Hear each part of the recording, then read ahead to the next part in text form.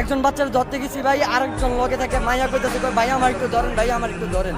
ওই মায়াটার ভাই হাত মুখ চুল স্কুল ড্রেস সব পুড়ে রয়েছে, মাঠে মাঠে পড়ে দাপড়াইতেছে।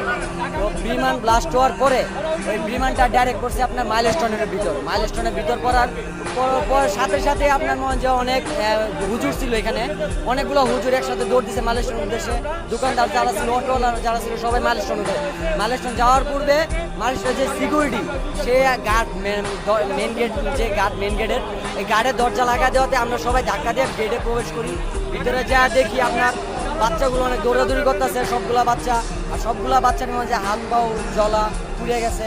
আবার মনে করেন যে যেই প্লেনটা যে ক্রাশ করছে, প্লেনটা ডাইরেক্ট একদম নিচতলায় একটা ক্লাসরুমের ভিতর ঢুকে গেছে। আর নিচতলায় ক্লাসরুম থেকে আপনার বাম সাইড থেকে, ডান সাইডে তো বাম সাইড থেকে আপনার পিলার, ডান সাইডে পিলারের কারণে বাচ্চা বের হইতেছে, সব বাম সাইড থেকে বের হইতেছে, সবগুলা বাচ্চা আগুন উপরে বের